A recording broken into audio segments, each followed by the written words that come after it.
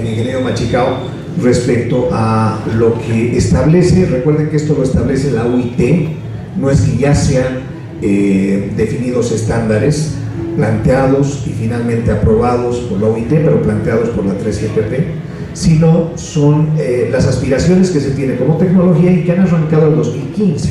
2015 es cuando se ha planteado trabajar con 5G, con esta quinta generación, y avanzar justamente hacia el 2020 para concluir el estándar. ¿Y qué debería tener el estándar para satisfacer estos requerimientos? Velocidad hasta al menos el orden de los 20 gigabits por segundo, que le da una experiencia al usuario de entre 100 y 100 megabits por segundo y 1 gigabit por segundo.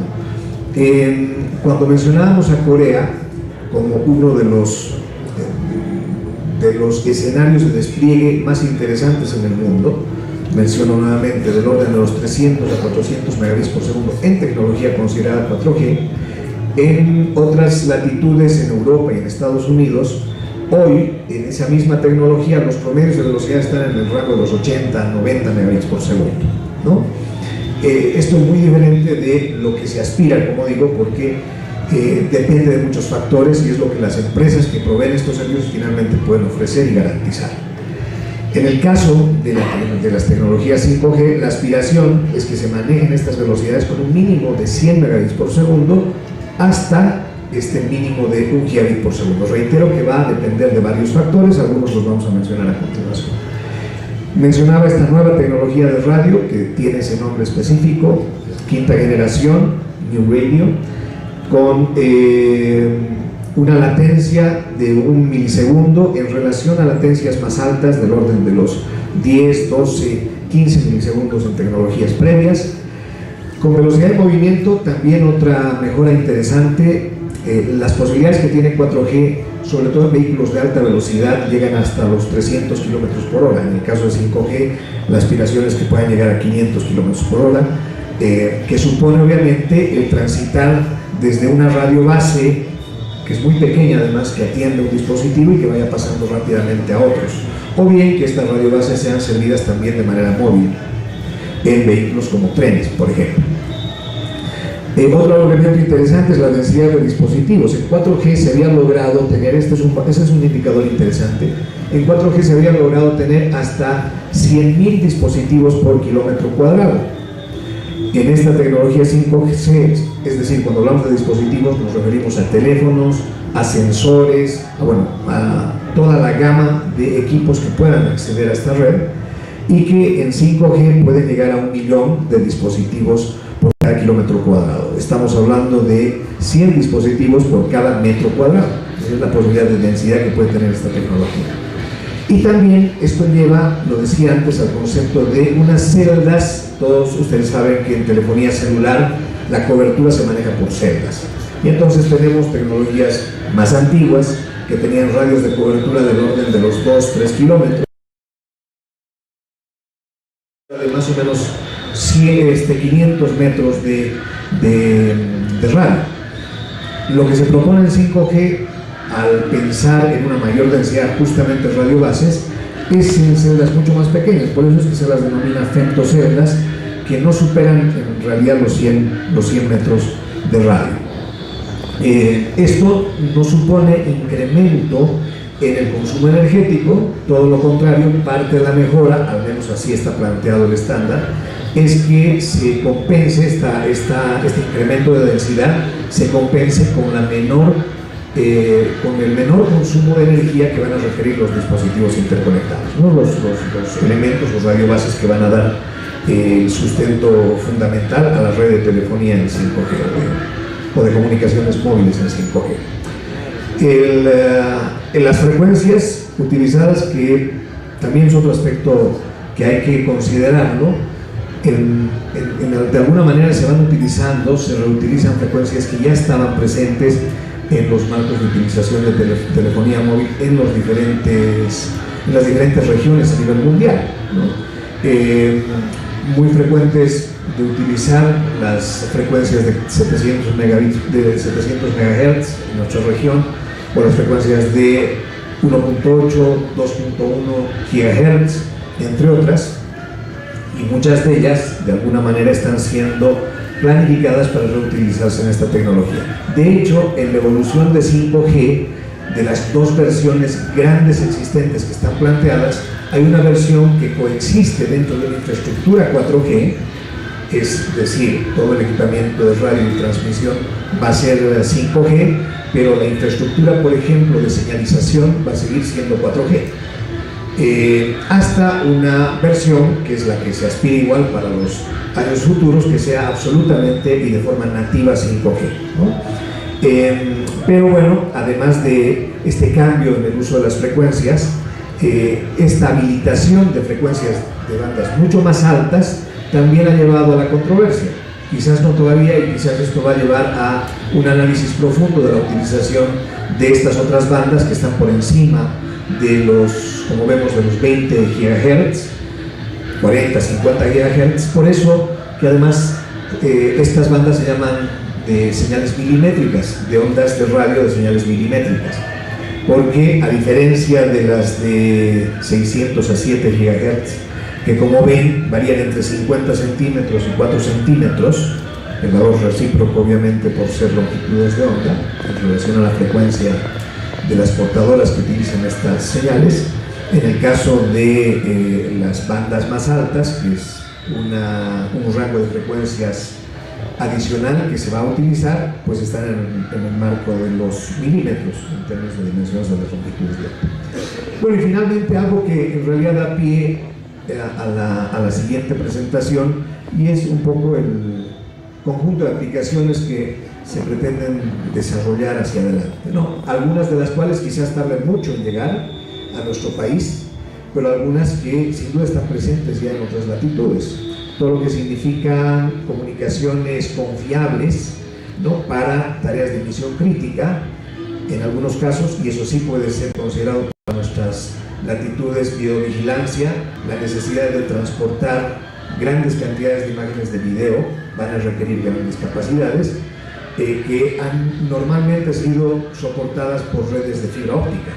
Entonces, tener una infraestructura inalámbrica va a reducir costos y sin duda va a aumentar la eficiencia en la implementación de este tipo de redes. Otras de misión crítica, que es así, quizás un poco más lejana, es esto de los vehículos comandados de forma autónoma, ¿no? Es decir, donde no interviene la mano del hombre, que requiere, se dará en cuenta, una gran cantidad de sensores que estén trabajando y procesando información muy rápidamente y que permitan además que se transporte esta información para que se conduzcan en coordinación con otros elementos de las vías, ¿no? Semáforos, otros vehículos, etc. Entonces son algunas de las posibilidades, lo mismo que el otro gran grupo, del cual también se ha ido hablando mucho y que sin duda va a ser otra temática que vamos a promover en discusión. De hecho, hemos tenido ya algunos talleres, algunos compañeros y compañeras del capítulo han estado conduciendo proyectos en relación a esto que es el Internet de las Cosas,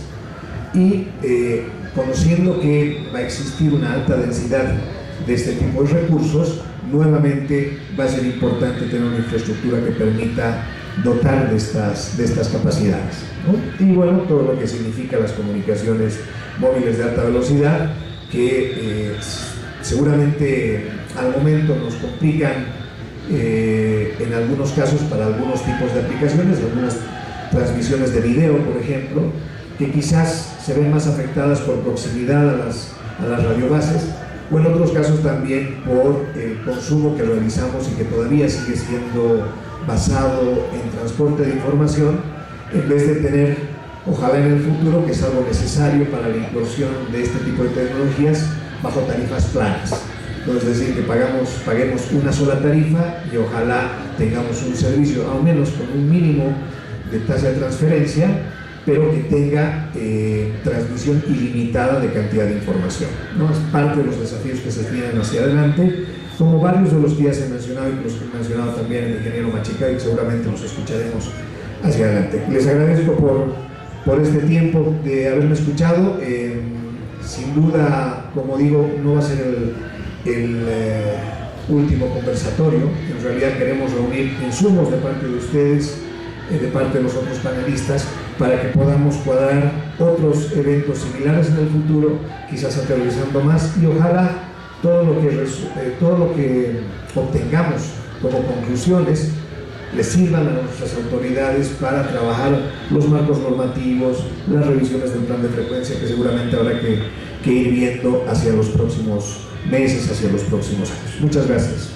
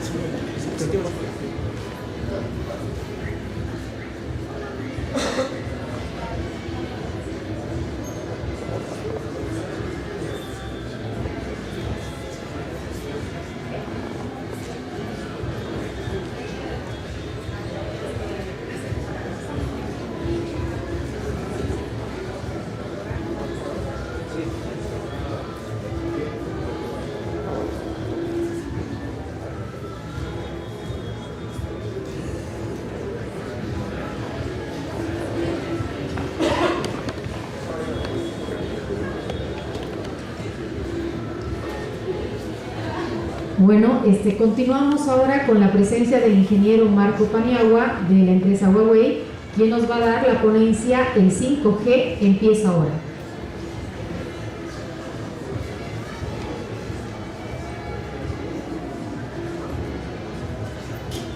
Buenas noches.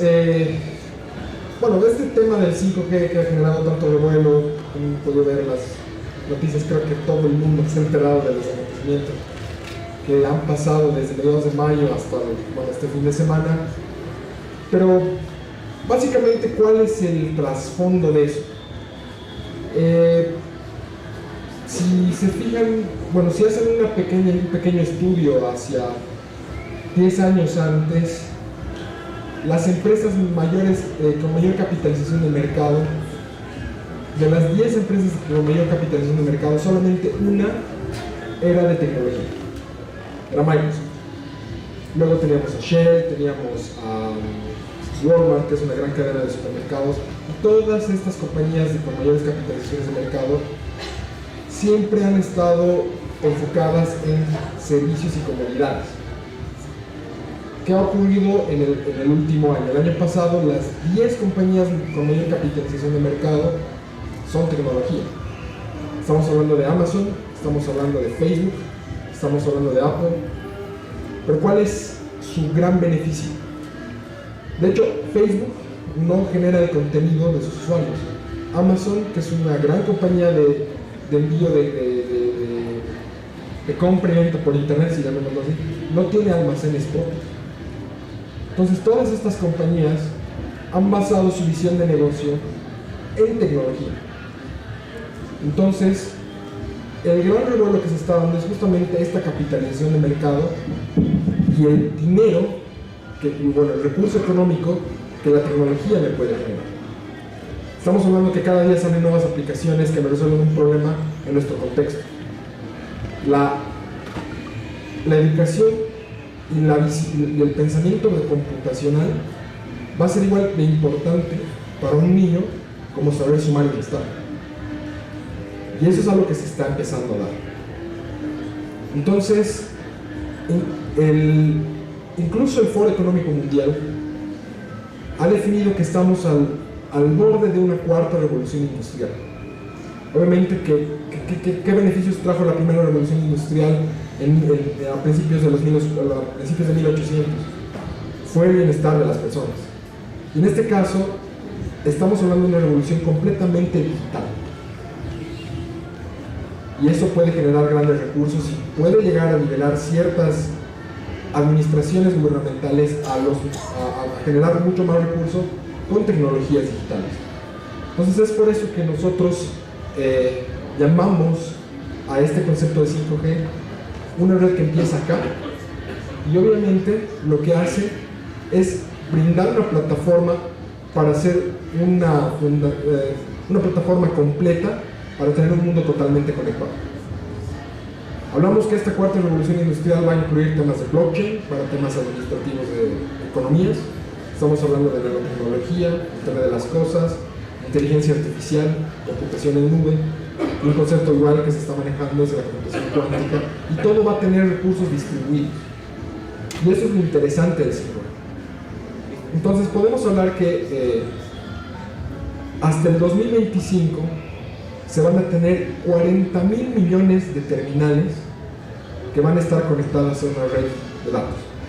Estamos hablando que vamos a tener al menos casi 500 millones de usuarios en dispositivos de realidad virtual.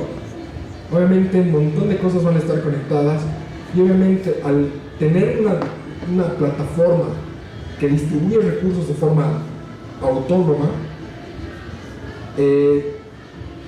hablamos de que realmente el paradigma que tenemos como personas va a cambiar totalmente. Y obviamente esto solo se va a poder hacer con la fundación que una plataforma 5G lo va a hacer. Entonces, básicamente una red 5G me va a permitir un montón de infinidades de negocio.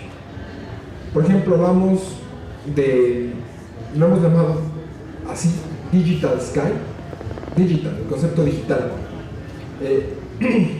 Transporte digital, comunidades digitales, manufactura digital, y todo esto va a estar dependiente de una red de altas prestaciones. Ya lo mencionaba el ingeniero Zambrana, se van a tener grandes capacidades, pero el 5G no solamente es velocidad en un teléfono. Hablamos de que toda la infraestructura desde la red de acceso, pasando por la red de transporte a la red de core, va a estar supeditado en un entorno de computación en nube nativo, y obviamente vamos a tener elementos que gestionan estas redes con inteligencia artificial embebida. Entonces los nuevos servicios que se van a dar en el tiempo son totalmente digitales. Por ejemplo, en temas de estándar se está trabajando, el ecosistema ya está listo, y les voy a mostrar algunos casos de uso. Como mencionó el ingeniero Zambrana, hasta el 2018 esta entidad que se llama 3GPP, que da las especificaciones técnicas de las redes 5G, ya ha cerrado su primera fase. Estamos hablando del release 15 3GPP, que básicamente sí es solamente una aplicación adicional para mejorar temas de velocidad. Se espera que hasta diciembre de este año el release 16 esté completado, y es acá donde el punto fundamental de una red 5G va a estar totalmente definido. ¿Cuál es el gran cambio? Que muchos de estos elementos funcionales que teníamos en las redes de core van a ser funciones virtuales de cloud computing. Es decir, una central telefónica se va a definir como una función virtual en un gran ecosistema de computación en nube. Y obviamente eso me va a permitir manejar recursos de forma dinámica. Se espera que con una implementación del release 16 de 5G hablemos de decir, entre comillas, que cada usuario y cada servicio que necesite ciertas condiciones de calidad de servicio, velocidad, etc., va a tener una propia red de core virtual. Y eso se va a manejar de forma dinámica y automática. Entonces, es ahí donde está el gran impacto, ¿no? Por ejemplo, existen montones de organizaciones y de operadores que están buscando nuevas oportunidades en este mundo digital. Se han dado cuenta que los próximos años el gran boom económico va a ser economía digital. Entonces muchos de los operadores están yendo en esa visión, y existen muchas entidades colaborativas para desarrollar nuevas industrias. Quiero mencionar, por ejemplo, a la 5GA, que es la Asociación Automotiva 5G, en las que participan Audi, participan BMW, participan muchos fabricantes de automóviles. ¿Para qué? Para que obviamente, lo que les mencionaba el ingeniero Zambrana, hablemos de autos conectados. Y esto no está tan lejos de la realidad. Existen pruebas pilotos ya en Europa donde tenemos taxis automáticos, tenemos buses automáticos, y obviamente eso trae un montón de beneficios y nuevas verticales de negocio. Entonces, a nivel global, nosotros como Huawei estamos manejando más de 271 socios en la industria. Y obviamente, como les mencionaba, estamos yendo a ese negocio digital, por ejemplo, para el manejo de drones, para lo que es realidad virtual, realidad aumentada, V2X, que es el concepto de comunicación celular de vehículo a lo que sea, a un peatón, a un semáforo, manufactura digital y obviamente lo que es telemedicina. En temas de dispositivos, uno se preguntará, pucha, ¿y estamos listos para tener dispositivos 5G en el mercado actualmente? Sí. Desde el 2017 los chipsets 5G han empezado a desarrollarse en el mercado. Existen montones de dispositivos. En el 2018 ya se lanzaron los primeros CPEs, los primeros equipos de usuario para conexiones fijas, y este año ya se están lanzando terminales móviles. Y de hecho, estas son las terminales móviles con capacidad 5G que existen en el mercado. Existen algunas más, pero he puesto las más representativas. Entonces, ya se tiene un ecosistema para aplicaciones EMBB, que es Enhanced Mobile Broadband, lo que es móvil básicamente, disponible en 5G ahora. Pero estas terminales todavía tienen un alto valor adquisitivo. Estamos hablando de terminales que van alrededor de los $1,000 en promedio, o un poco más. Pero ¿dónde está una de las primeras aplicaciones masivas de 5G? Estamos hablando de lo que vendría a ser servicios FWA. FWA es el acrónimo de Fixed Wireless Access, o lo que en algunos operadores le llaman Air Fiber, fibra aérea. Se dan servicios similares a tener una fibra óptica, pero con un enlace de radio. ¿Cuáles son algunas aplicaciones? LG, por ejemplo, ya ha lanzado servicios de este tipo. To Edge significa to home. En Estados Unidos, Verizon también ha lanzado sus servicios FWA. Y en otros países se están dando este tipo de aplicaciones. Este triangulito es el que ya les había mostrado el ingeniero Zambrana, pero obviamente es el que nos van a definir todos los tipos de servicios definidos a nivel UIT para lo que es 5G. Desde conexiones masivas, conexiones de muy baja latencia y ultra confiables, y lo que les mencionaba, velocidades muy altas. Otra aplicación interesante de 5G es básicamente la realidad virtual. Creo que muchos han debido ver los equipos de realidad virtual que salen al mercado. Uno va a Leroy Salmón y encuentra dispositivos de realidad virtual para tu teléfono, para su teléfono móvil. Existen dispositivos de realidad virtual de alta gama, ¿no? Oculus Rift, que necesito sí un equipo de computación relativamente grande y complejo para disfrutar de una realidad virtual realmente inmersiva. Pero ya existen dispositivos que se están lanzando al mercado que son inalámbricos. Entonces no necesitan ese tipo de conectividad hacia estos equipos. Estamos hablando del Oculus Go, el Daydream, etc. Entonces ya se está haciendo un servicio de necesidad de muchos usuarios. De hecho, en este momento se tienen, por ejemplo, para ciertos eventos, para los Juegos las Olimpiadas del 2016, se han tenido 3.5 mil millones de usuarios atentos a las Olimpiadas. Y ya en 2018 se han dado partidos en las Olimpiadas de invierno con capacidad de tener esa inmersión al deporte. Entonces ya han habido 64 partidos que se han transmitido en realidad virtual en tiempo real. Y obviamente muchos de estos operadores están yendo a este negocio de aumentar las capacidades de la realidad virtual para muchos usuarios. Obviamente esto puede generar ciertos modelos de negocio para ciertos startups locales. Y obviamente esto va a necesitar una red 5G. ¿Por qué? Porque hablamos de que la resolución mínima que necesitamos para un video 4K es de 35 megabits por segundo. Lo que se quiere es que la realidad virtual sea tan inmersiva que lleguemos a manejar hasta 16K en un video que no tiene esa limitante de la pantalla. No estamos hablando de un video que es 360 grados. Entonces imagínense la velocidad que requeriríamos para una transmisión de realidad virtual. Obviamente esto solo se va a poder lograr con redes móviles que nos permitan llegar a estas capacidades, y obviamente el 5G es una de ellas. Otra aplicación interesante es la banda ancha o de hogar. Ya podemos incluir distintos dispositivos conectados dentro de esta casa. Entonces los gateways 5G o los CPEs van a servir como gateways de muchos dispositivos conectados dentro de nuestras casas. Entonces ya llegamos a tener ese concepto de smartizar nuestra vida diaria.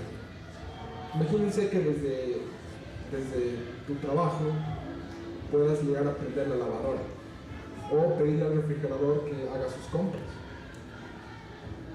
que pueda tener ese tipo de flexibilidad.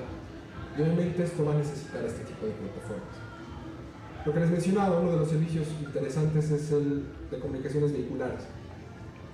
¿Cuál es la elegancia del concepto V2X? Si bien es un concepto que se ha desarrollado sobre redes Wi-Fi, la industria celular ha adoptado este concepto para que obviamente los dispositivos que están en la vecindad de un automóvil lleguen a conectarse.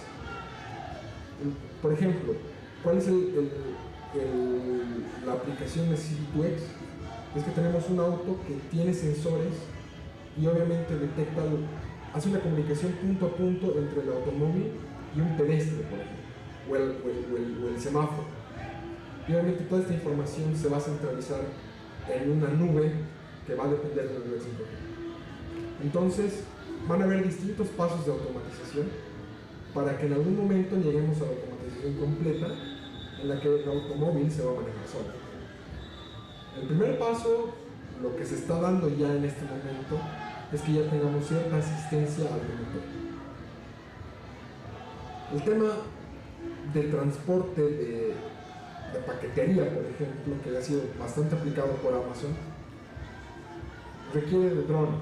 De hecho, una de las aplicaciones interesantes de Amazon es que tienen drones que entregan paquetes a domicilio de forma autónoma. Entonces, imagínense que nuestro servicio de correo, de cierta forma, en algún momento futuro podamos automatizarlo y podamos saber el estado de nuestro paquete, no solamente los gateways para nuestros paquetes, ¿no? Que esté en la oficina de correos o se lleva a otra oficina, podamos saber el tiempo real dónde está nuestro paquete. Y obviamente esto va a generar muchos más beneficios. Por ejemplo, tema de surveys para agricultura, tema de controles de ciertas llamadas para control de pesticidas, para hacer inspecciones remotas sin tener que poner en riesgo la vida de algún trabajador. Y obviamente todo eso, como les mencionaba, va a depender de una red completa 5G. Este es el pantallazo de la arquitectura de red 5G. Básicamente, estamos hablando del sitio, la radiobase como tal, pero obviamente lo que es 5G es una arquitectura de extremo a extremo. Hablamos de los anillos de las redes metro, el acceso a las nubes, como les decía, y la elegancia del release 16 de la 3GPP es que todas las aplicaciones de core se van distribuyendo de data centers centrales a bordo, y en algunos casos las mismas radiobases van a ir centralizándose para administrar de forma más eficiente los recursos. Podríamos decir que una red central se está distribuyendo y un nuevo distribuidor se está centralizando. Y obviamente todo esto va a estar en una red supeditada por inteligencia artificial. ¿Qué quiere decir esto? Que en algún momento lo que hace un ingeniero de optimización de la frecuencia lo haga automáticamente una red. ¿Cómo? Obviamente con el tema de slicing, y esta aplicación de nube me va a permitir manejar microservicios. ¿A qué me refiero con microservicios? Lo que les mencionaba al principio. Cada aplicación, cada servicio, cada usuario va a tener una red de core personalizada para su aplicación. Y obviamente esto se va a hacer de forma dinámica y eso me va a generar muchos más recursos. Y ahí entramos al concepto del cambio de telecom a softcom, donde ya tenemos una red totalmente autónoma. Entonces ya se puede hacer la planificación de una red, la operación de la red, la utilización de esa red. Obviamente todo esto autónomo, autooptimizable, autosanable y automatizado. Imagínense ese cambio de que tengo que llamar a mi operador porque no tengo servicio. El operador tiene que revisar, pucha, dónde está el problema, está en la red de base, está en la red de transporte, o el usuario ha bloqueado su terminal de que no pase 4G, y esto ya va a ser de forma automática. ¿Cómo se va a hacer eso? En 5 etapas inicialmente. Lo primero es que las mismas redes van a decir qué es lo que ha pasado para que las personas tomen las decisiones. El segundo paso va a ser cuando los análisis lleguen a dar el punto de decir por qué ha pasado ese problema. Lo siguiente es decir qué es lo que va a pasar. Luego, qué medidas se van a tomar para que esto no vuelva a pasar. Y finalmente no me va a decir nada. Directamente va a tomar las previsiones para hacer enrutamientos, etcétera, de tal forma de que la red va a ser totalmente autónoma. Finalmente, el concepto de 5G, si bien inicialmente es tema de velocidad, en los años futuros va a ser una fundación para un mundo totalmente conectado. Y obviamente un mundo totalmente conectado en una economía digital es una oportunidad ilimitada de negocio. Las redes de 5G tienen que aprovechar los últimos avances de tecnología para garantizar ese rendimiento y una evolución natural de las redes legadas, ese 5G. Y lo que se está tomando en muchos casos es que las redes de core de transporte son las primeras en sufrir estos cambios, de tal forma de que podamos tener una sinergia totalmente hacia cloud computing con conceptos como el SDN o el NFV. Y finalmente el 5G es una oportunidad de transformación digital para tener una economía totalmente digital.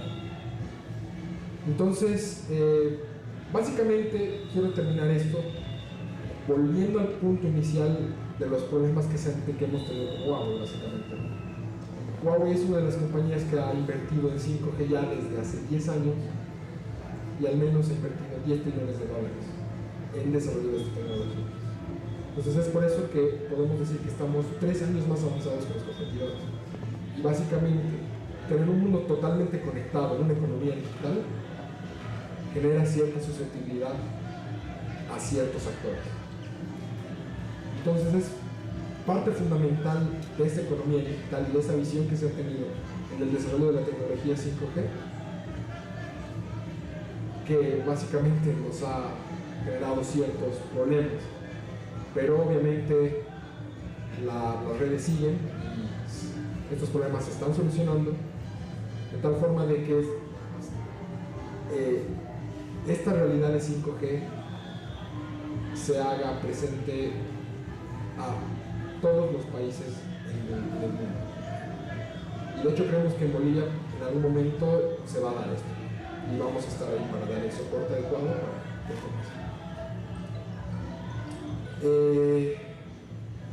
eso es todo. Muchas gracias.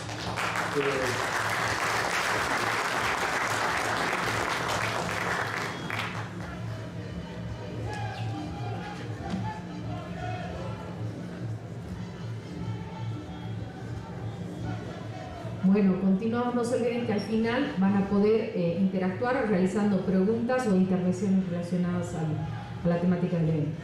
Bueno, ahora tenemos la presencia del ingeniero Iván Zambrana. Él es viceministro de Telecomunicaciones del Ministerio de Obras Públicas, Servicios y Vivienda, con la ponencia Visión del sector de telecomunicaciones sobre las tecnologías emergentes.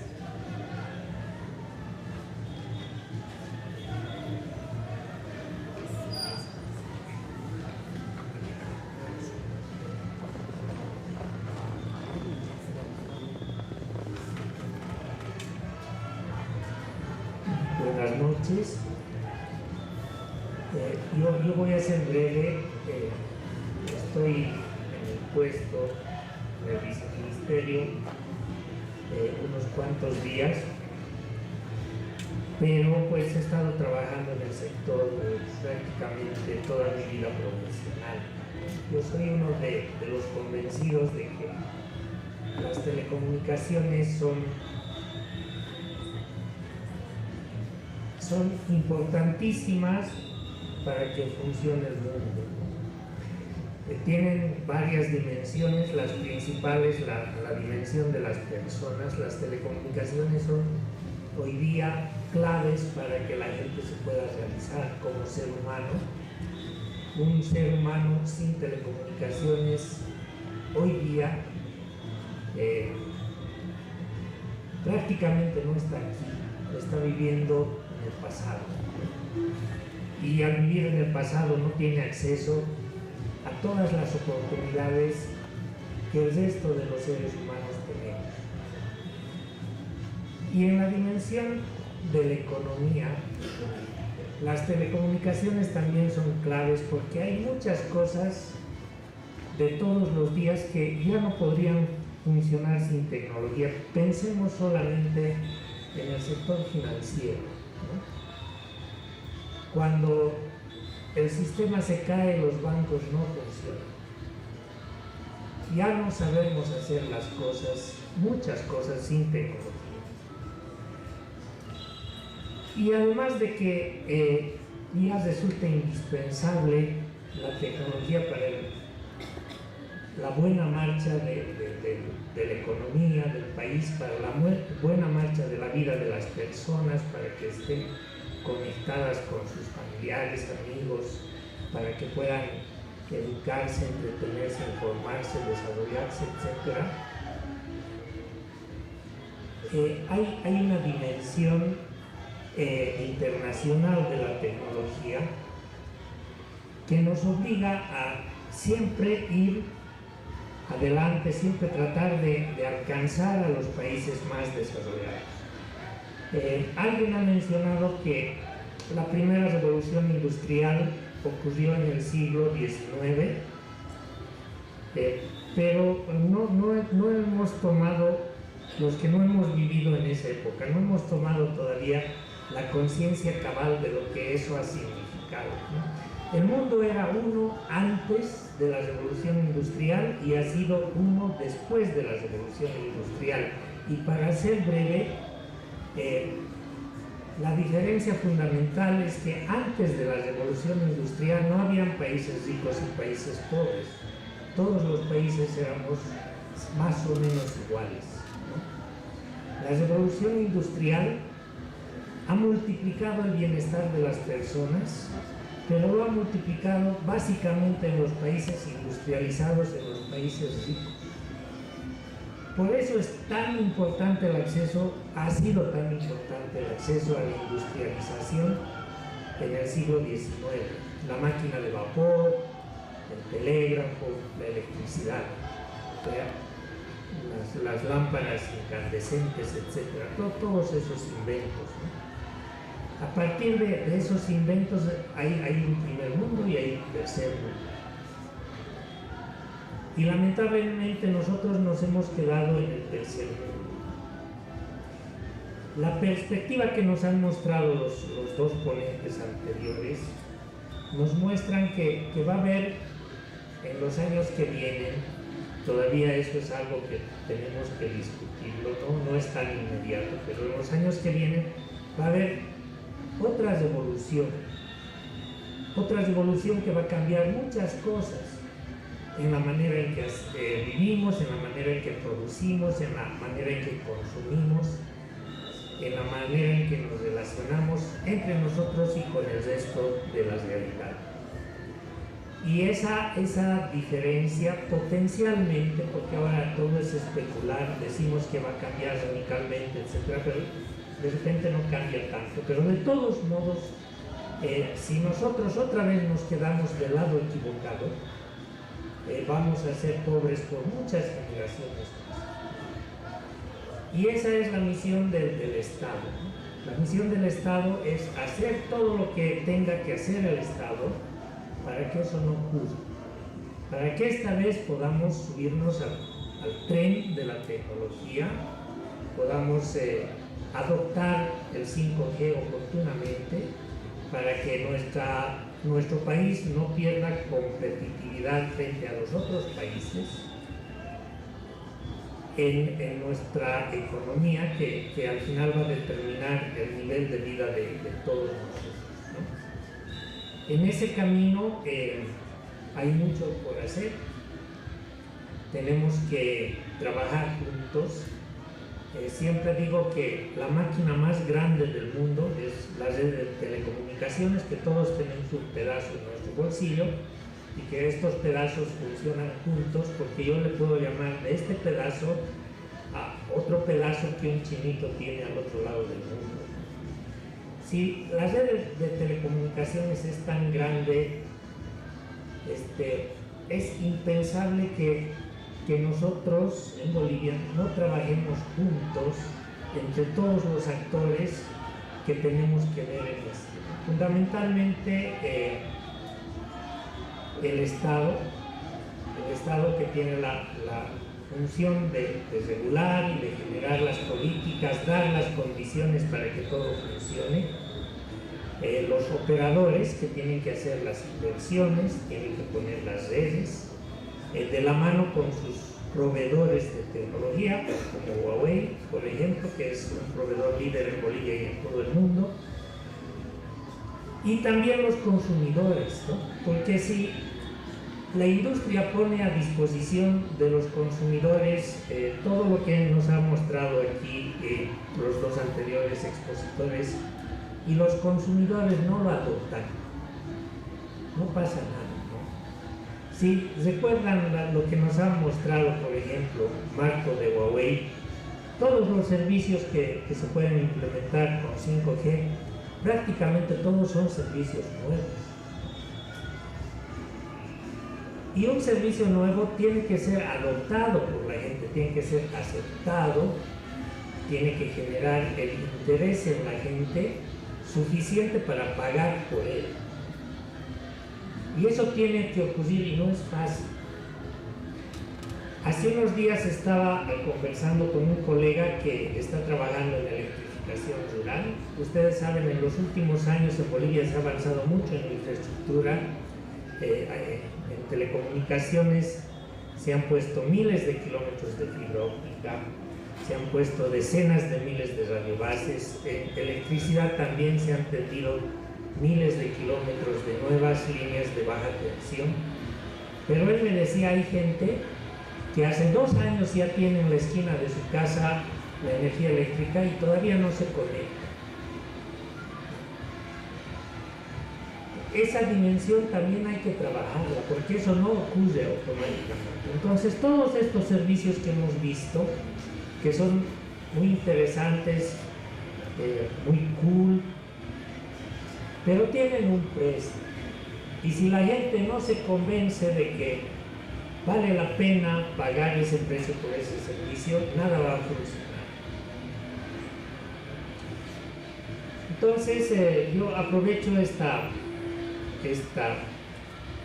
plataforma para convocar a todos los que tenemos que ver con lo que vaya a pasar en el futuro de las telecomunicaciones en Bolivia, para trabajar juntos y encontrar soluciones oportunas a todos estos problemas que ya los vemos venir. No quiero decirles nada más y les agradezco mucho por su atención. Gracias.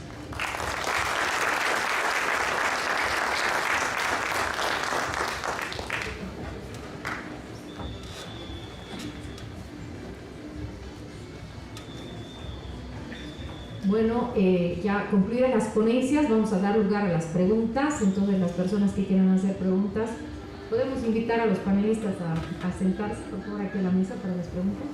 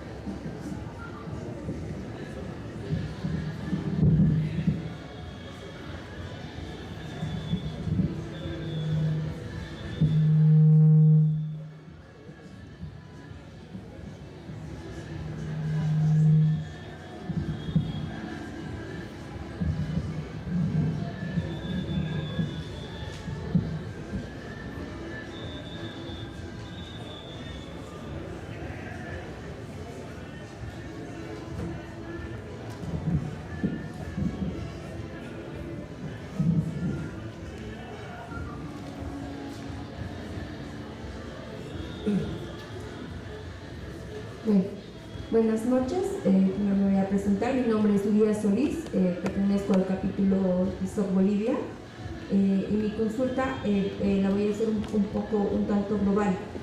Hemos hablado un poco de tecnología, un poco de las nuevas tendencias. Entonces mi pregunta va en el siguiente contexto. Toda esta nueva plataforma que se está lanzando definitivamente nos va a facilitar la vida, va a ser eficaz, va a ser rápida, de repente hasta va a ser cómoda. El tema es que todo este avance rápido va a permitir que los dispositivos y todo eso se vayan fabricando de manera masiva, porque así lo va a demandar el usuario final. Quisiera saber, en temas de seguridad, cómo se está trabajando en el contexto del fabricante, se está tomando en cuenta ciertos aspectos que el usuario va a necesitar, que va a requerir, sencillos y básicos. En el tema de regulación, cómo proteger al usuario final en temas de privacidad, por ejemplo, de homologación de equipos, que si se tiene algunos principios básicos que se pueden certificar en equipos o dispositivos orientados a la conexión. Y en el tema de academia sí se va a trabajar en temas de seguridad y capacitación a los usuarios finales.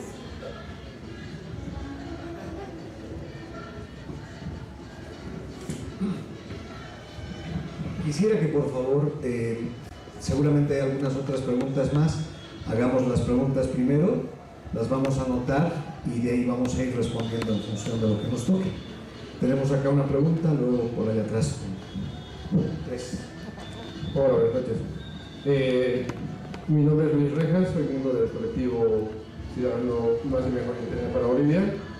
Muchos ya me conocen. También soy miembro de ISOC Bolivia. Bueno, una de mis preguntas, voy a hacer solo una esta vez. Nos han dado unos pincelazos un poquito de sí, de la necesidad que tenemos.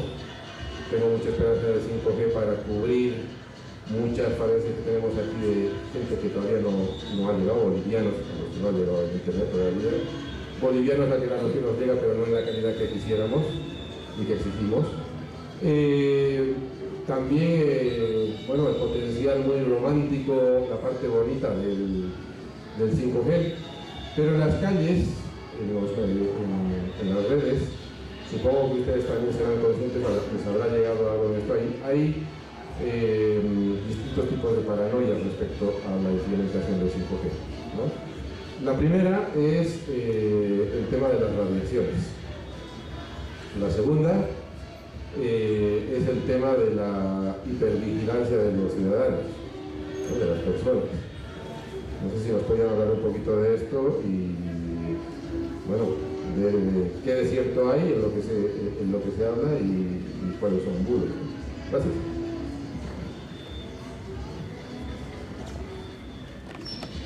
Hola. Sí, muy buenas noches, mi nombre es William Ferrares, estamos bastante tiempo acá en el sector de telecomunicaciones y bueno, estamos en la antesala, digamos, de esta revolución digital. Mi pregunta, y creo que es un tema que puede ser una barrera de entrada de la tecnología 5G, ya hablamos de latencias de 1 milisegundo, de tasa de transferencia del orden de gigabits por segundo, el costo de acceso al internet, ¿no? Esa va a ser una gran barrera de entrada. Ahorita no sé cuánto está el mega, que un móvil está algunos centavos por mega, lo que 20 centavos, pero esa va a ser una barrera de entrada, ¿no? Entonces, ¿cómo afrontar esto? Porque ahorita yo creo que eso va a ser la primera barrera de entrada. Entonces, ¿cuál sería el análisis? ¿Cuál sería la situación a futuro inmediato, que está muy pronto esto, de resolver este tema, ¿no? Entiendo que Entel ya tiene fibra, ya en septiembre lo va a activar, tal vez eso va a ayudar un poco, pero en general lo planteo como una barrera, ¿no? Y cómo afrontar.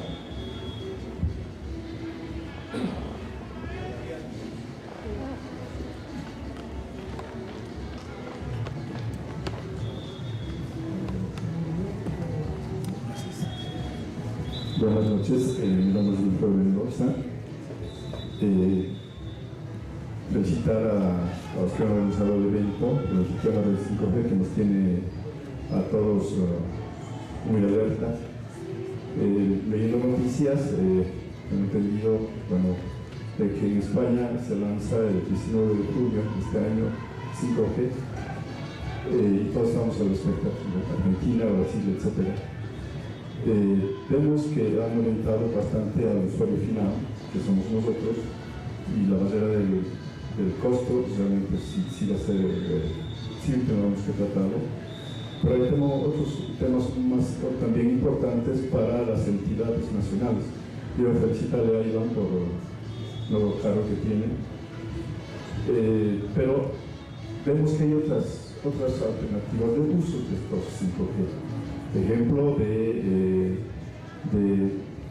tener la telemedicina a mano directamente, o trabajar con el reconocimiento facial que va a utilizar la policía en el momento, en tiempo real. Y vemos que en algunos momentos el reglamento de TIPS en Bolivia a las entidades no nos permite aumentar el presupuesto para hacer muchas investigaciones. Si bien estos temas van a que no usamos estas tecnologías, pero sí las entidades nacionales como la policía, hospitales, etc., ¿cómo se va a afrontar ahora esos temas en tema de presupuestos, si es que llegamos a utilizar estas tecnologías en las entidades públicas? Gracias.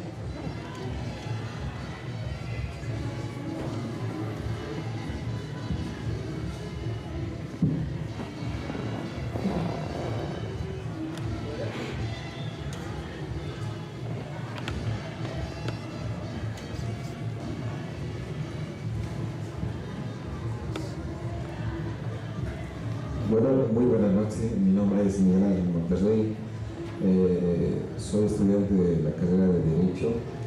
Mi pregunta es, ¿en qué medida el Estado está preparando una plataforma legislativa para afrontar la implementación de esta nueva tecnología en todos los ámbitos? Esa es la pregunta.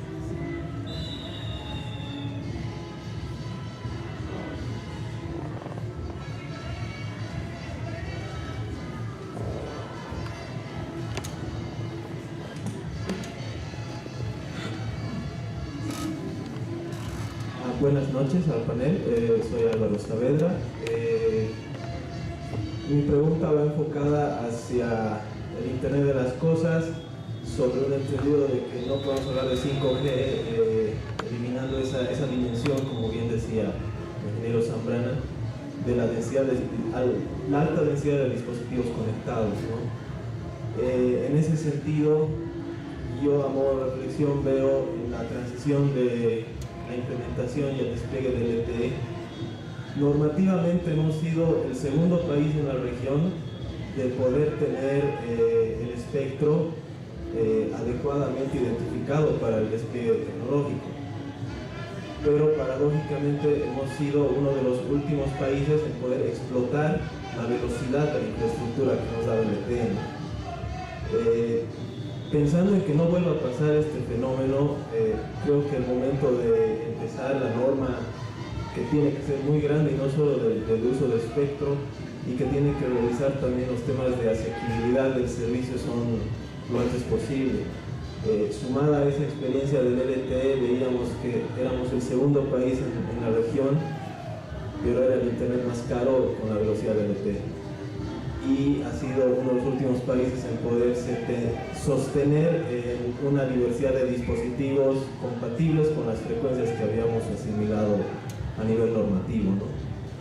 Bajo ese esquema, ¿qué parámetros, características y dimensiones regulatorias debería considerarse para poder desplegar 5G y explotar el Internet de las Cosas? Sobre el entendido también de que existen múltiples protocolos en las 4 capas de Internet de las Cosas. Hay 5 o 6 protocolos, algunos propietarios, otros de fomento en alianza, pero de repente también el Estado y la parte normativa tiene que dirigir el norte hacia una estandarización, al menos a nivel país, de ese tipo de protocolos, ¿no? Gracias.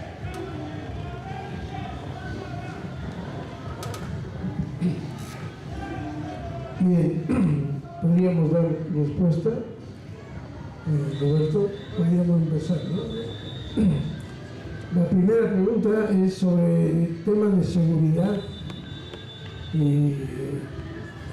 prevista para 5G. Voy a ceder la palabra a Marco.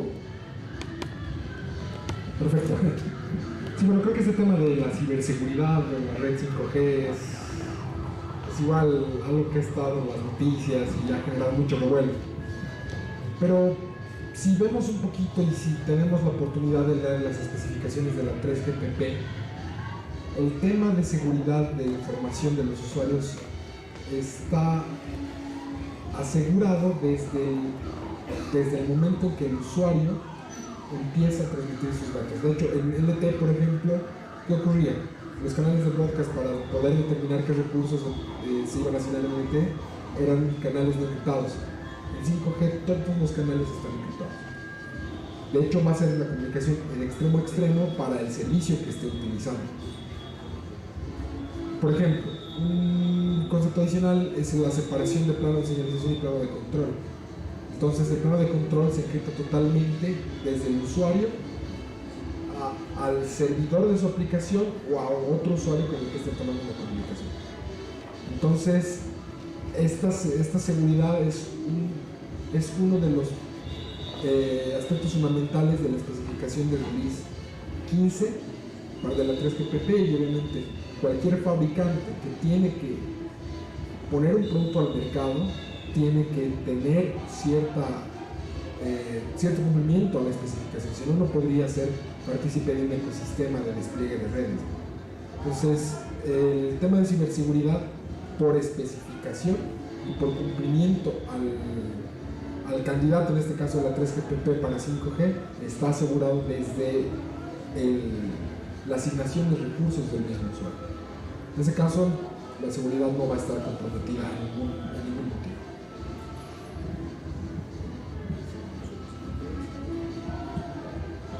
Bueno, y había otra consulta que creo que le hicieron al final sobre el tema de los usos de IoT, ¿no? Por ejemplo, en lo que es IoT como tal, Huawei no maneja un protocolo que no sea propietario. En realidad se está basando también en las especificaciones de la 3GPP de Release 13, que es el Narrowband IoT, que es una aplicación que se despliega a nivel de operadores para conectar a dispositivos. Obviamente en releases posteriores hay mejoras, pero no es algo propietario. Entonces es el esquema que nosotros manejamos para Internet de las Cosas. Existen otros adicionales, pero son propietarios. Bueno, la tecnología es abierta, pero la red de IoT es privada. La especificación o la tecnología que manejan los operadores, los proveedores celulares, en este caso Huawei, Ericsson, etc., es el Narrowband IoT y está basado en PDVSLT, ¿no? Entonces la arquitectura está estandarizada, puede ser desplegada por un operador y en este caso se puede dar un nuevo beneficio en la economía digital. El operador puede dar servicios de plataforma IoT a una aplicación o un tercero. Puede ser un tercer servicio que pueda generarse para un startup, por ejemplo, una compañía que necesita solicitar servicios IoT, no va a desplegar su propia red masivamente para tener conectividad de dispositivos, ¿no? Siempre va a tener la cooperación de un operador que tenga la cobertura necesaria, etc. Y eso ya va a ser elección de la compañía, ¿no? Sí.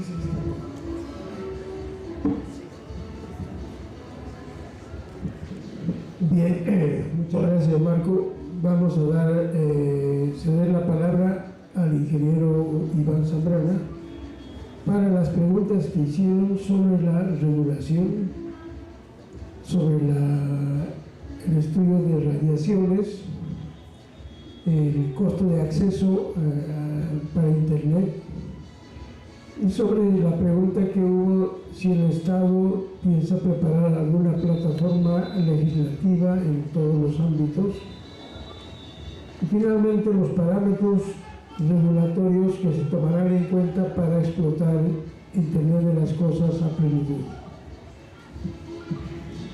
Muchas gracias, ingeniero. Si me permite, tranquilo. Bueno, el ordenamiento jurídico vigente le otorga al Estado la potestad de regular en el nivel central del Estado el tema de telecomunicaciones para todo el país. Y le da muchas obligaciones, una de las cuales es la protección del usuario, ¿no? En ese marco, ya hace unos años, la ATT está homologando los equipos de telecomunicaciones que se venden en Bolivia. Esa tarea naturalmente ha de seguir en el futuro con las tecnologías que vengan, y se van a homologar los terminales de 5G como se homologan ahora los terminales de 4G. En relación con la radiación y los temores que tiene la población, también es función del Estado proteger a la población de cualquier daño que pudiera sufrir, y vamos a tener que seguir las conclusiones a las que lleguen los países más grandes, donde seguramente se van a hacer primero este tipo de estudios, ¿no? El tema de la radiación. El tema de la sobrevigilancia de la vida de las personas es algo que tiene que ser normado también. Nosotros tenemos principios constitucionales en nuestra Constitución que hablan de la inviolabilidad de las comunicaciones. Obviamente es un principio primitivo para el tema de 5G, que tendrá que evolucionar como todo, ¿no?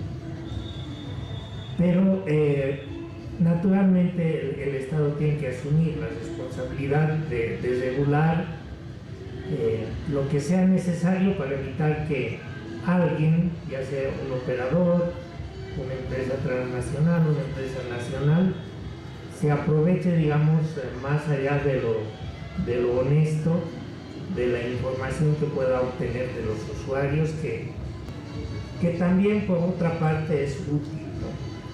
No sé si ha sido el año pasado o hace 2 años, la Unión Internacional de Telecomunicaciones ha declarado el año del Big Data, ¿no? ¿Por qué? Porque el Big Data no es necesariamente malo, ¿no? Puede ayudar a encontrar muchas soluciones a los problemas de la gente, y tener toda esa información que por primera vez en la historia de la humanidad la tenemos, si la usamos bien, nos puede servir de mucho, ¿no? Ese es el papel del Estado, pero también del resto del ecosistema, ¿no? Todos podemos contribuir a eso. El costo de acceso a Internet, el costo de acceso a la tecnología 5G, es un tema de mercado. Lamentablemente, este tema, como muchos otros, ustedes saben, no hay servicio básico gratuito. Pagamos por la luz, pagamos por el agua, pagamos por las telecomunicaciones, y naturalmente los operadores de telecomunicaciones también tienen interés en que no hayan barreras de acceso a su servicio. Todos se van a esforzar por ofrecer los precios más bajos posibles al cliente final, para cubrir los costos y tener algo de utilidad, ¿no? Porque si los costos van a ser muy elevados, tanto que sean una barrera de ingreso, no ha de haber demanda para el 5G, y si no hay demanda para el 5G, sencillamente no va a haber 5G, ¿no? Es algo que otra vez es un trabajo conjunto de todos los actores, incluso los proveedores, que tendrán que rebajar un poco el precio de los equipos, ¿no? Para hacerlo posible. En el tema de las plataformas legislativas, yo creo que deberíamos hablar más de una dimensión institucional, tanto en el Estado como en las organizaciones de la sociedad civil. La transformación digital plantea otro modo de vivir, otro modo de hacer las cosas, y obliga a hacer una reingeniería de las instituciones. El Estado, como quizá la principal institución en el país, tendrá que cambiar, ¿no? Ahora mismo tenemos un viceministerio de telecomunicaciones dentro del Ministerio de Obras Públicas. En el corto plazo, pues tendremos que tener un ministerio de telecomunicaciones y TICs, ¿no? Lo mismo en todos los ministerios. Habrá, por decir, unos 2, 3 profesionales en informática, telecomunicaciones por cada 10 empleados. Eso tendrá que cambiar, tendrá que subir radicalmente, ¿no? Necesitamos que hayan al menos 5 o 6 profesionales en TICs por cada 10, porque estas tecnologías se van a meter en todo, ¿no?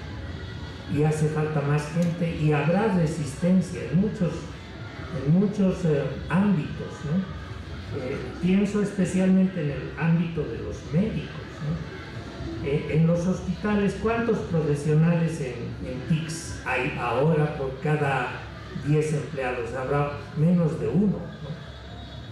Para que eso se modernice, para que eso funcione, tiene que haber por lo menos 4 o 5 profesionales en TICs por cada 10 empleados de hospital, y eso va a ser muy resistido por los que ahora manejan los hospitales, ¿no? Entonces, tenemos que pensar en una reingeniería de la sociedad, de las instituciones y naturalmente de las plataformas legislativas, ¿no? De todos nuestros representantes nacionales, ¿cuántos serán profesionales en TICs? Necesitamos más profesionales en TICs también en las asambleas legislativas. Y necesitamos más comisiones especializadas en tecnología en las asambleas legislativas. No sé si ahora hay una comisión, quizá la doctora nos puede ilustrar en ese tema, no sé si hay una comisión de TICs en las cámaras de la asamblea legislativa. estamos hablando de que pues tenemos mucho que hacer, ¿no?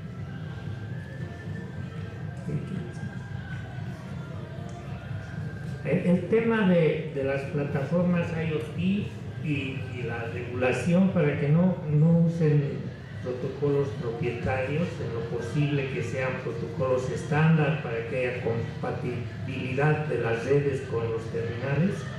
Esto seguramente también se va a trabajar en todo el mundo, no solo en Bolivia, y oportunamente Bolivia tendrá que sumarse, que adoptar alguna solución que ya se ha implantado en un país más grande para regular todos los protocolos que se usen en las aplicaciones de Internet de las Cosas. Creo que es todo. Gracias.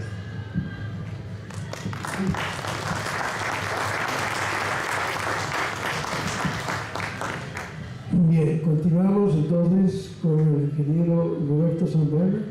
Gracias. Yo complementar nada más algunas porque han sido, yo creo, la mayor parte ya respondidas. Esto, complementar de repente este tema de la radiación, explicando un poquito cómo han sido las últimas 2 generaciones en términos de radiación. Y para mí era importante mencionar en la presentación cuáles son las frecuencias que se estaban utilizando antes. Y en el avance que ha habido de la 3ª a la 4ª generación ya ha habido una reducción en el uso energético, y esa reducción se traduce directamente en emisiones con intensidades menores. Este tipo de radiación, que son radiaciones no ionizantes, esto es también otro concepto del ámbito de la salud importante entre los 2 tipos de radiaciones. Las ionizantes pueden generar algún tipo de afectación, en algunos casos destrucción de las moléculas. Entonces, las radiaciones en el ámbito de las telecomunicaciones no son ionizantes. Esa es una diferencia. El otro tema, como digo, es el tema de la intensidad. Se desvanece tan rápido la intensidad de la señal a medida que se va alejando del punto de radiación, que podemos tener una antena a 50 metros o 100 y la intensidad que va a llegar hasta donde estamos nosotros es mucho menor a la intensidad que genera el propio dispositivo cuando hablamos. Ese es otro aspecto que hay que tomar en cuenta. Justamente muchas de las recomendaciones que se han escuchado tienen que ver con usar estos audífonos, ¿no es cierto? Justamente para no tener próximos estos dispositivos al menos a la cabeza, al cerebro.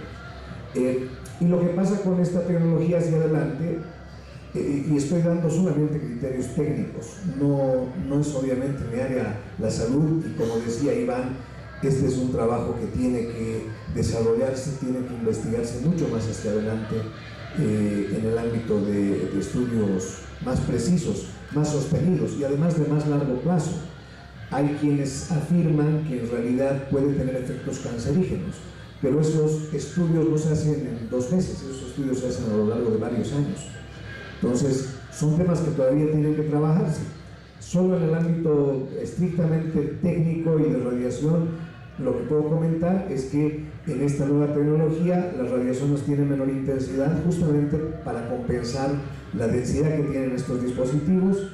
Las antenas tienen dimensiones menores también, ese es otro aspecto que está relacionado con la longitud de onda de las frecuencias que se utilizan, y se supone que no logra penetrar, mientras más pequeñas son las longitudes de onda, los obstáculos como los mismos cuerpos, el mismo cuerpo humano ofrece mayor resistencia y por tanto no hay una penetración significativa como existe con longitudes de onda de frecuencias más bajas, ¿no?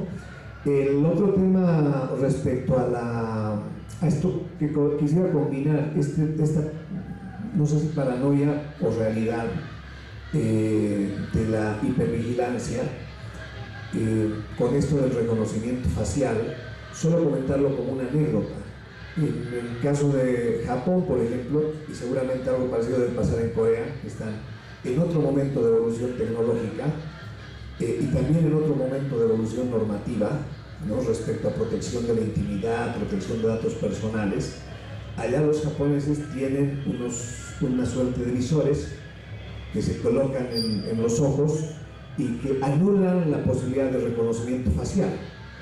Y entonces no es que necesariamente la policía les quita este tipo de elementos, ¿no? Pero como digo, son legislaciones y reglamentaciones diferentes. Seguramente deberá estar muy bien normada cualquier intención de monitoreo y seguimiento. De hecho, como sabemos, recientemente ha habido, está en curso la reposición de un proyecto de ley que específicamente habla de comunicaciones móviles y de regularlas, y específicamente habla de otorgarle a la policía mayores facilidades para acceder a esta información en tiempo real. Es algo que hemos estado discutiendo al interior del capítulo y que seguramente va a tomar todavía mayor debate. Bajo iniciativa de varios de los compañeros del capítulo se ha trabajado una nota en la que estamos expresando la preocupación al respecto, y agradezco la pregunta porque permite comentar esto, que hay que seguir trabajando e impulsar como debate y discusión en la sociedad. Seguramente vamos a tener que organizar inclusive un evento específico al respecto para tratar el tema, porque es de interés de todos, ¿no? Particularmente de los operadores, no es tan casual que no estén presentes. Había la intención plena de que estén ellos presentes también acá en esta mesa. El problema es que se ha cruzado con un evento, con un congreso latinoamericano que se está desarrollando en Córdoba, y justamente han estado ellos allá, pero ellos están comprometidos en este enfoque de reunirnos a las diferentes partes interesadas, a los diferentes actores, para exponer los puntos de vista y pues ojalá contribuir, como decía al principio, con insumos suficientes para que quienes tienen que llevar adelante, que sea el gobierno a través de la cabeza del sector, del regulador, quienes tienen que llevar adelante las normas y la elaboración de estas, puedan tener los insumos suficientes de los diferentes actores. Eso también por mi parte, y antes de pasarle la palabra ya final a nuestro director de carrera, en lo personal quiero agradecer nuevamente la participación de nuestro viceministro de Telecomunicaciones, de nuestros colegas de Huawei, que nos han hecho una presentación igual muy interesante, obviamente de la carrera de electrónica, de todos los compañeros que han estado apoyando el evento, quienes han ayudado a organizarlo, y obviamente y principalmente además a quienes han dado un poquito de tiempo e interés para escuchar estos minutos, esta conversación con nosotros. Muchas gracias.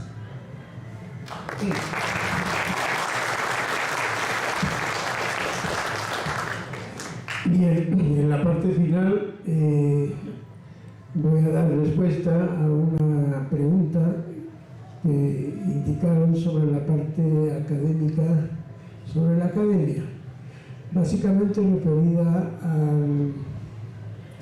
a la carrera de Ingeniería Electrónica.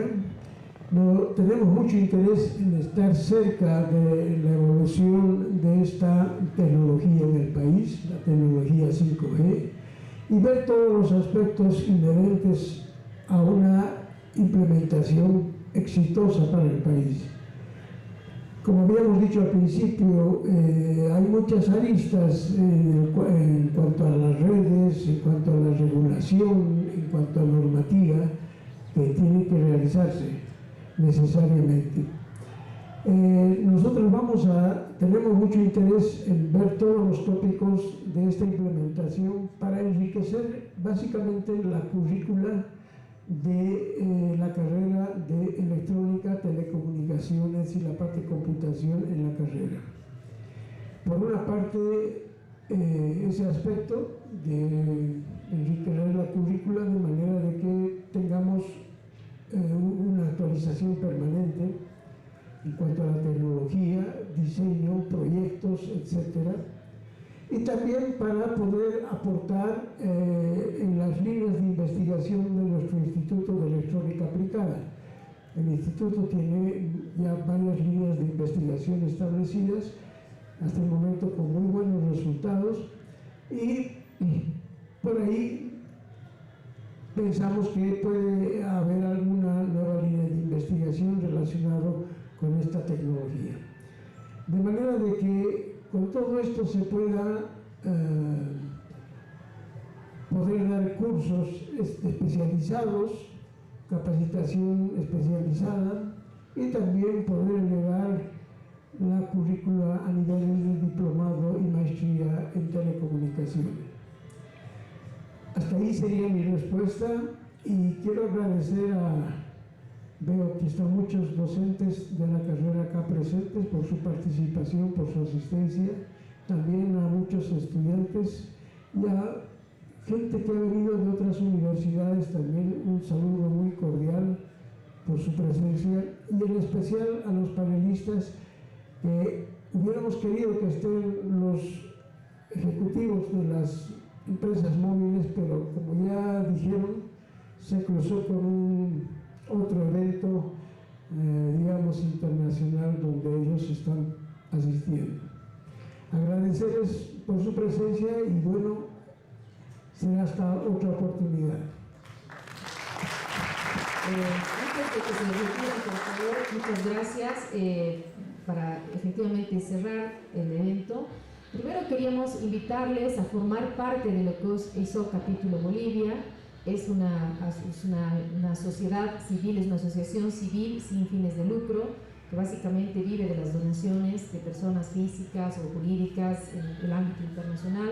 A nivel de Latinoamérica tenemos más de 25 capítulos. Bolivia tiene el ISOC Capítulo Bolivia. En el banner tienen la dirección, es www.isoc.go, el registro, y también hacer un registro del Internet global en Internet Society. Les comento que en el mes de agosto, gracias a gestiones que hemos realizado con el directorio del ISOC Capítulo Bolivia desde el año 2017, hemos logrado ser la sede del LAC IGF, que es el Foro de Gobernanza en Internet de Latinoamérica y el Caribe. Estábamos muy contentos y bueno, ha sido un arduo trabajo por parte tanto del directorio como de los miembros y otros actores, ¿no? Viceministerio de Telecomunicaciones nos ha apoyado, la ATT, algunas instituciones de la sociedad civil, la Universidad Mayor de San Andrés, otras universidades como la EMI, etc.